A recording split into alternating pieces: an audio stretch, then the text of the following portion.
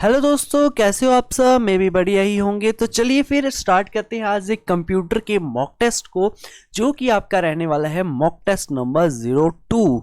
Mock test number 2 रहने वाला है। इससे पहले मॉक टेस्ट नंबर 1 जो है वो कंडक्ट हो चुका है इस चैनल पे। आज मॉक टेस्ट नंबर 2 रहेगा और उसमें जो क्वेश्चंस रहेंगे वो आपके जेके पीएसआई के क्वेश्चंस होंगे। जेके एसएसबी के हाल फिलहाल के थोड़े बहुत एग्जाम हुए हैं जो उसके क्वेश्चंस होंगे। सारे क्वेश्चंस को एनालिसिस करते हुए आज 25 क्वेश्चंस आपके लेटेस्ट एग्जाम में आए हुए क्वेश्चंस को रखा गया है मैंने। ठीक है जी। तो इसका लेवल आपको बिल्कुल छोटा लेवल लग सकता है भाई, और आप कहोगे कि सर क्या क्वेश्चंस लेकर आए, बट भाई ऐसे ही क्वेश्चन एग्जाम में आए हुए हैं तो मैं क्या कर सकता हूं, है ना। तो चलिए फिर आज के क्वेश्चन को स्टार्ट करते हैं। Question number 1। क्वेश्चन नंबर 1 क्या है कि एक computer displays dash after processing the data. Computer क्या डिस्प्ले करता है आफ्टर प्रोसेसिंग द डाटा, ये बताइए। इनपुट डिस्प्ले करता है, आउटपुट करता है, प्रोसेस करता रहता है, या नन ऑफ दिस, कुछ भी नहीं। बता दीजिए भाई। अपने सारे आंसर्स को लिख के रख लेना और लास्ट में कमेंट में बताना कि 25 आउट ऑफ कितने रहे आपके। मैं तो उम्मीद करूंगा कि आपके 25 आउट ऑफ 25 ही रहेंगे, क्योंकि ज़्यादा लेवल जो देखने को मिला था ना प्रीवियस ईयर में, कोई ज़्यादा मुश्किल लेवल नहीं देखने को मिला था। ठीक है। अभी कोई एग्जाम कंडक्ट होगा तो उसके क्वेश्चंस के जरूर ऐड करूंगा मैं, जरूर उसके मॉक टेस्ट लेकर आऊंगा। ठीक है। तो बता दीजिए भाई क्वेश्चन नंबर 1 का आंसर, सिंपल सा आंसर। कंप्यूटर डिस्प्ले क्या करता है, आउटपुट डिस्प्ले करता है आफ्टर प्रोसेसिंग द डाटा। तो इसका आंसर था option number C. Question number 2, which among the following shortcut key is used to add rulers in a drawing area. Drawing area में ruler को ऐड करने के लिए कौन सी शॉर्टकट की का आप इस्तेमाल करते हो, बताओ। कौन सा ऑप्शन नंबर आपका जो है वो सही रहेगा इस बार, मुझे आपको बताना है। चलिए भाई बता दीजिए। तो शॉर्टकट की के ऊपर क्वेश्चन जरूर आएगा, और कम से कम 2 क्वेश्चंस तो होंगे ही शॉर्टकट की के ऊपर, 2 से ज़्यादा भी हो सकते हैं। तो आप शॉर्टकट की जो है पढ़ लेना। शॉर्टकट की या आप एमएस वर्ड, एक्सेल और पावर पॉइंट वगैरह इन सभी की ना शॉर्टकट पढ़ लेना। ठीक है। इसका आंसर जो होगा वो होगा कंट्रोल प्लस आर। रूलर से ही समझ सकते हो, आर से ही समझ सकते हो, कंट्रोल प्लस आर आएगा आपके पास। ठीक है।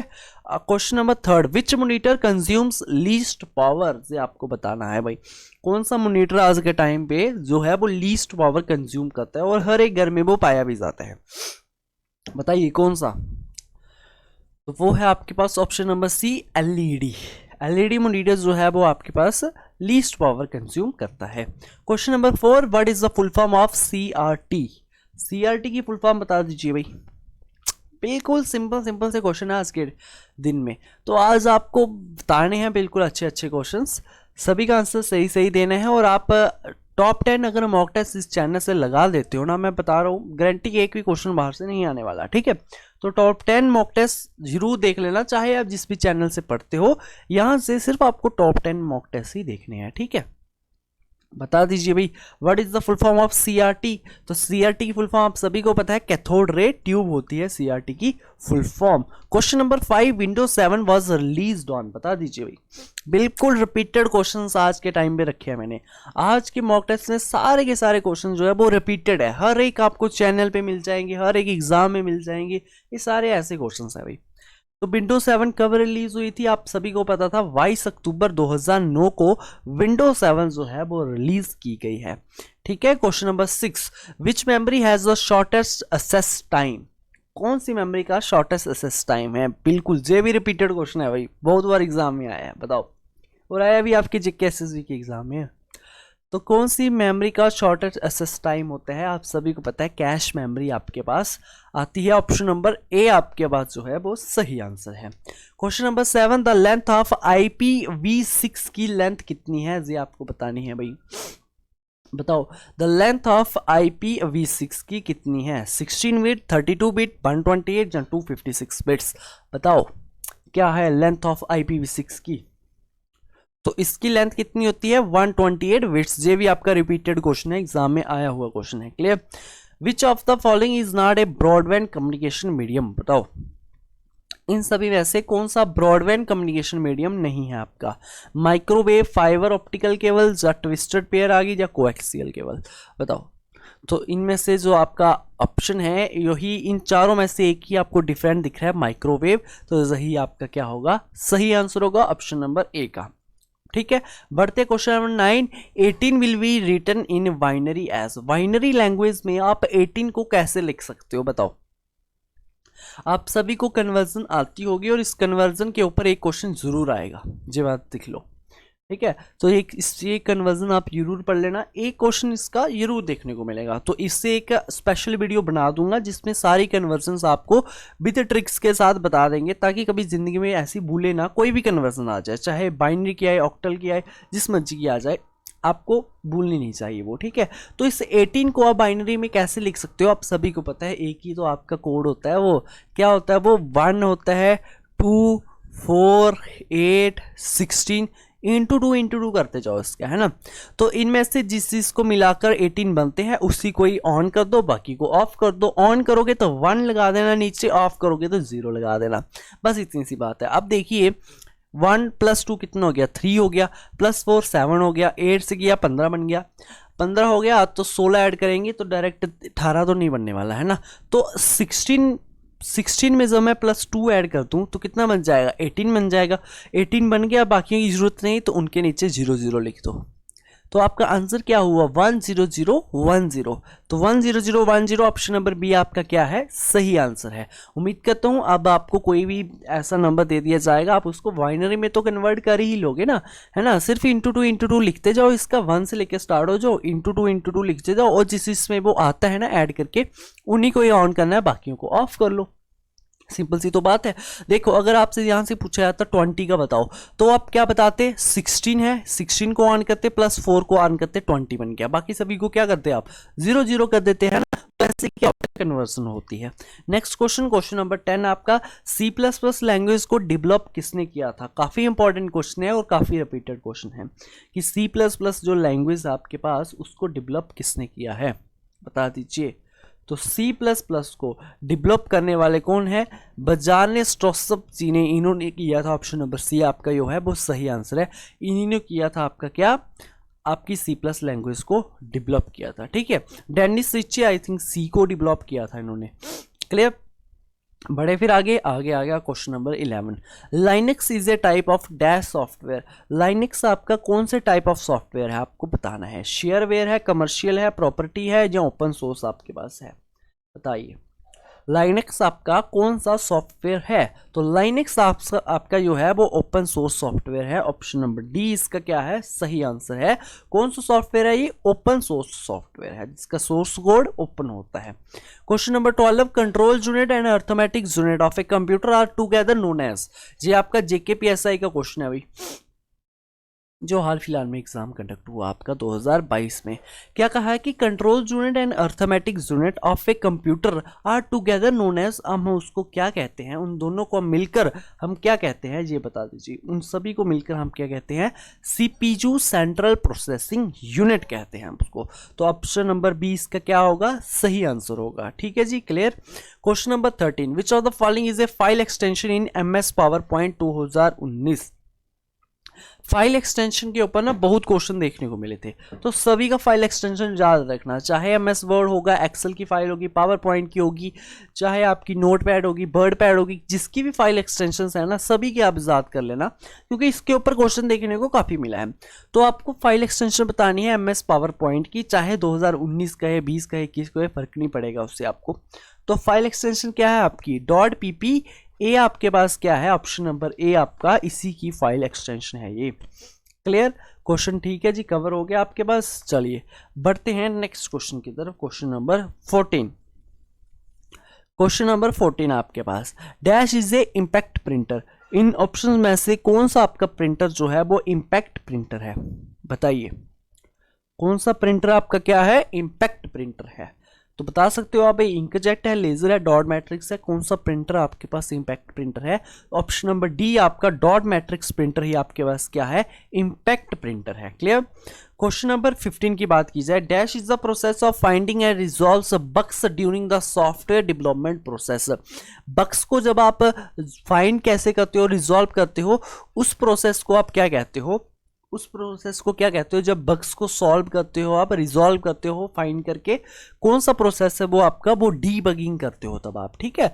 जब आप प्रोग्राम बनाते हो, सोर्स कोड लिखते हो, उसमें बग्स रह जाते हैं, तो उस बग्स को फाइंडिंग करना, रिजॉल्व करना, हम उसे कहते हैं debugging. Question number 16, in MS Excel 2019 which of the following shortcut key is used to open the format cell dialog, आपको बताना है जी इसका, बताओ। इन एमएस एक्सेल 2019 में which of the following shortcut key is used to open the format cell dialog box, भी बता दीजिए कौन सा कंट्रोल आप यूज करके इसको खोल सकते हो, बताओ।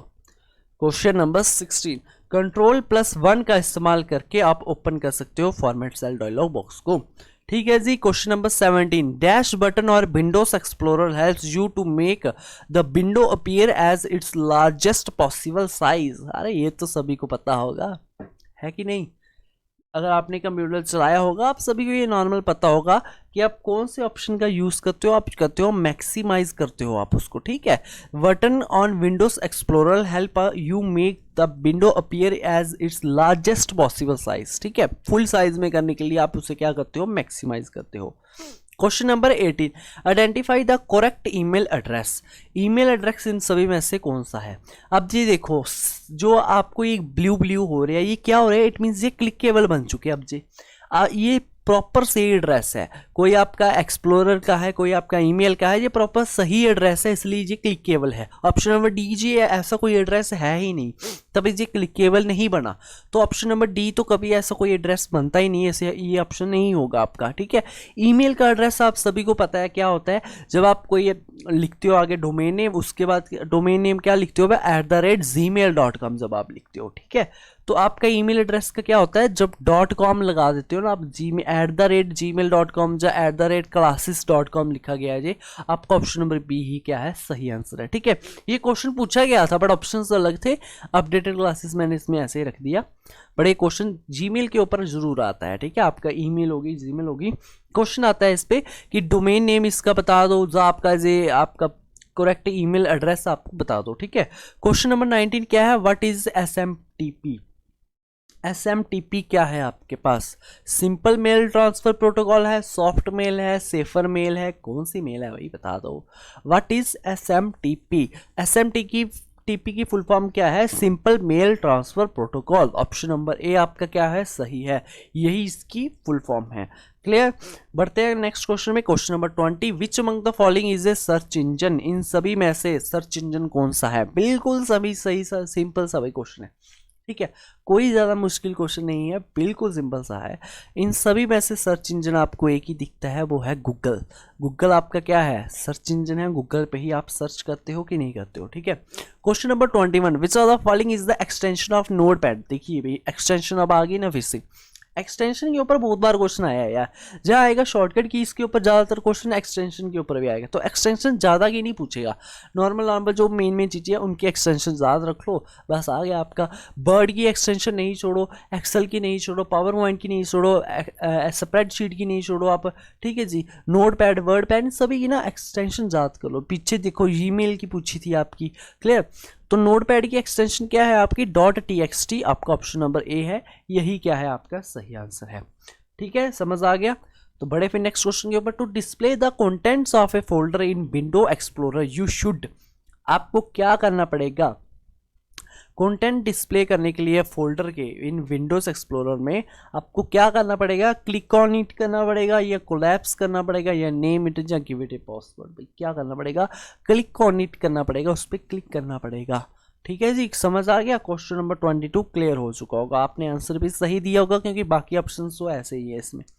Question number 23, the software that is used to create text based documents are refer to as, उस सॉफ्टवेयर को हम क्या कहेंगे, बताओ। The software that is used to create text based documents are refer to as, उसको हम क्या कहते हैं। क्वेश्चन नंबर 23, उसे हम कहते हैं वर्ड प्रोसेसर्स, ठीक है जी, आपका ऑप्शन नंबर क्या है, डी ही सही आंसर है, clear. Question number 24, which of the following is used to writer web pages, web pages को लिखने के लिए कौन सी लैंग्वेज का इस्तेमाल करते हैं, आप ऐसा समझ लो, HTML का, टेलनेट का, या HTTP या URL का, किसका इस्तेमाल करते हैं राइट करने के लिए वेब पेजेस को। आप सभी को पता है इनमें से लैंग्वेज कौन सी है आपकी, HTML। HTML की फुल फॉर्म क्या है, हाइपर टेक्स्ट मार्कअप लैंग्वेज आप इसे कहते हो, ठीक है। HTTP तो आपके पास ट्रांसफर प्रोटोकॉल आ गया ना, तो URL भी आपके पास आ गया, क्लियर। पर इसका सही आंसर क्या होगा, HTML होगा, hyper text markup language. Last question, the pattern of printer lines on most products are called, उसे हम क्या कहते हैं। जो लाइंस पर प्रिंट होती हैं, जैसे आप कोई भी प्रोडक्ट देखते हो उसके बैक साइड कुछ ऐसी ऐसी ऐसी ऐसी लाइंस होती है, उसे हम क्या कहते हैं बताओ। सभी को पता होगा, सिंपल सा क्वेश्चन है, वेरी सिंपल क्वेश्चन, क्या है, उसे हम कहते हैं बार कोड्स। क्या कहते हैं उसे हम कहते हैं बार कोड्स। और उसको रिकॉग्नाइज करने के लिए किसका इस्तेमाल किया जाता है, बारकोड रीडर का इस्तेमाल किया जाता है, वही इसको स्कैन करके रिकॉग्नाइज करता है, ठीक है जी। तो 25 क्वेश्चन आज के हो चुके हैं, बिल्कुल सिंपल से क्वेश्चन थे, कोई ज़्यादा मुश्किल क्वेश्चन नहीं था। इसके बाद हम आपको एक बाइनरी नंबर्स जो कन्वर्जन के ऊपर है वो आपको सिखा देंगे कन्वर्जन करना, और उसके बाद अगर कोई ऐसा नया एग्ज़ाम होता है उसके भी क्वेश्चंस को ऐड कर देंगे इस मॉक टेस्ट में, ताकि आपको आपके एग्ज़ाम के लिए काफ़ी मदद मिल सके, ठीक है। मिलते हैं किसी नई वीडियो के साथ, तब तक के लिए बाय बाय।